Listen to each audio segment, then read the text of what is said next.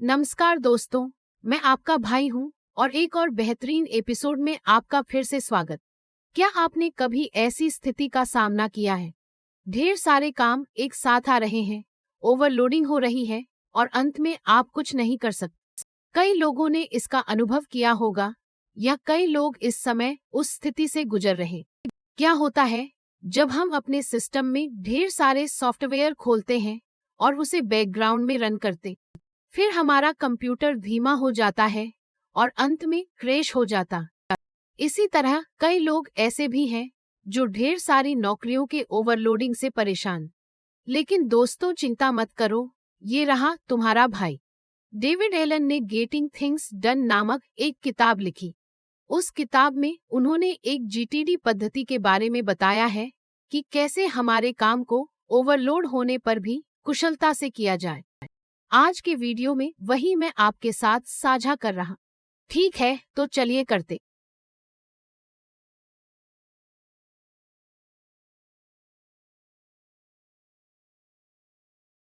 ठीक है दोस्तों, तो सबसे पहले आप सोच रहे होंगे कि जीटीडी का फुल फॉर्म क्या होता।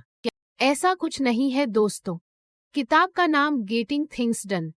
तो इस पुस्तक में 4 चरण शामिल। पहला चरण चरण 1 है, कब्जा करना। आपका ध्यान क्या है लीजिए।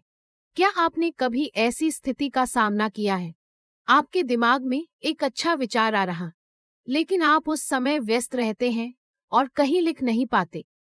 तब शायद आप इसके बारे में भूल गए होंगे। इसका कारण यह है कि हमारा दिमाग विचारों को अच्छी तरह से बना सकता है, लेकिन इन्हें स्टोर करना थोड़ा मुश्किल होता।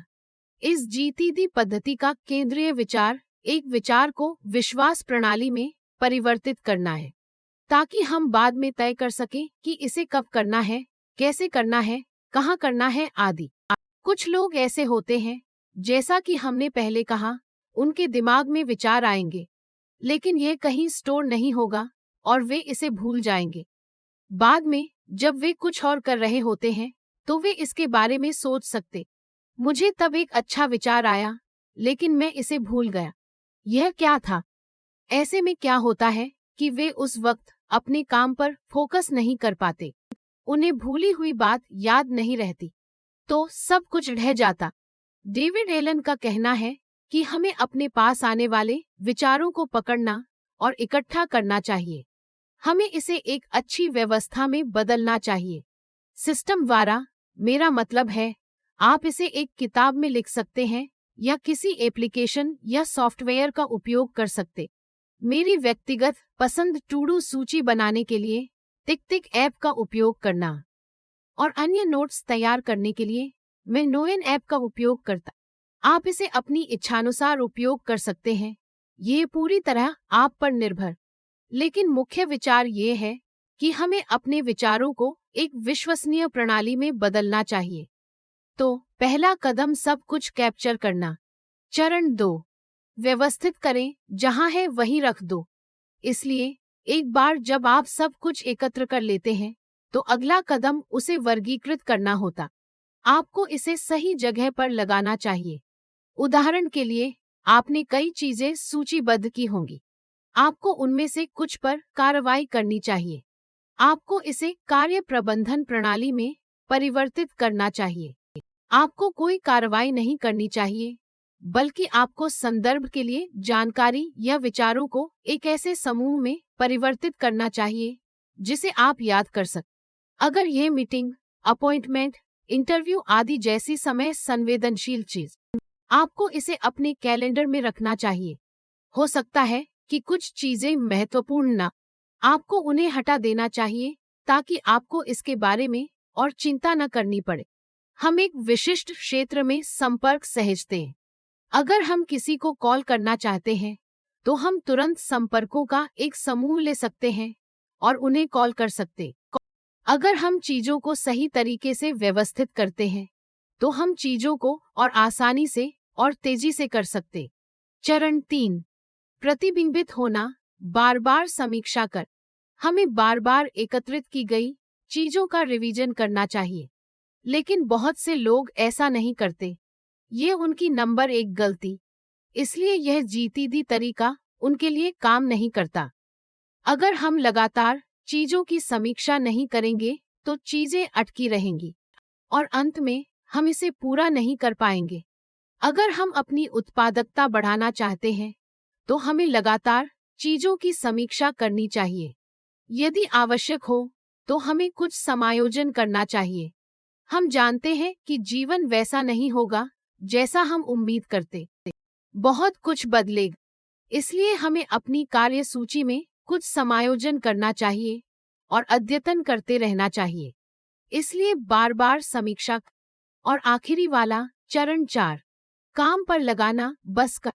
अगर आप मेरे द्वारा बताए गए स्टेप्स को फॉलो करते हैं तो यह स्टेप आपके लिए बहुत ही आसान हो जाए। तुम जानते हो कि तुम्हें क्या करना। आपने पहले ही तय कर लिया है कि इसे कब, कहां और कैसे करना। तो बस अपनी सूची तैयार करें और योजना को क्रियान्वित कर। सबसे अधिक प्रोडक्टिव लोग इसे सोने से पहले या जागने के बाद करते। वे सभी चीजें शामिल करते हैं जो उन्हें करनी होती हैं और एक कार्य सूची बनाते। वे सभी चीजों का उपयोग करते हैं जो उन्हें करना है और एक मास्टर प्लान बनाते। इसलिए यदि आप इस पर काम करना चाहते हैं तो आपको मेरे द्वारा बताए गए सभी चरणों का पालन करना चाहिए। एक बात और, अगर आप इस जीटीडी मेथड पर काम करना चाहते, आपको एक ऐसी योजना बनानी चाहिए जिसका आप अनुसरण कर सकें और उन चीजों को जोड़ सकें जिन्हें आप निष्पादित नहीं कर सकते। आप असफल होंगे और निराश होंगे। तो यह जीटीडी तरीका है। आइए इसे जल्दी से संशोधित कर। स्टेप 1, कब्जा करना। आपको जो कुछ भी करना है और आपके पास जो विचार हैं उन्हें एकत्र कर। आपको उन सभी को एक सिस्टम में स्थानांतरित करना चाहिए। आप इसे किसी किताब या एप्लीकेशन में लिख सकते हैं। आपको इसे एक विश्वसनीय सिस्टम में स्थानांतरित करना चाहिए। चरण 2, व्यवस्थित करें। आपके द्वारा सूचीबद्ध सभी चीजों को समूहित कर ताकि आप चीजों को आसानी से कर सकें। चरण 3, प्रतिबिंबित होना। आपके द्वारा बार बार तैयार की गई कार्य सूची को संशोधित कर। आपको जीवन में कई चुनौतियों का सामना करना पड़ेगा और आपको कार्य सूची को समायोजित करना होगा। इसलिए सभी चीजें करें और कार्य सूची को अपडेट कर। और अंतिम चरण बस कर। काम पर लगाना। आपके द्वारा बनाई गई योजना को क्रियान्वित कर। तो यह बात है। आज के इस वीडियो में मैं आपको यही बताना चाहता। मुझे उम्मीद है कि यह वीडियो आपके लिए उपयोगी था।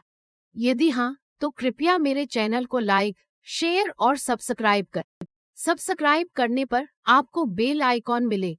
यदि आप उस पर क्लिक करते हैं तो जब मैं नया वीडियो अपलोड करूंगा तो आपको एक सूचना मिलेगी।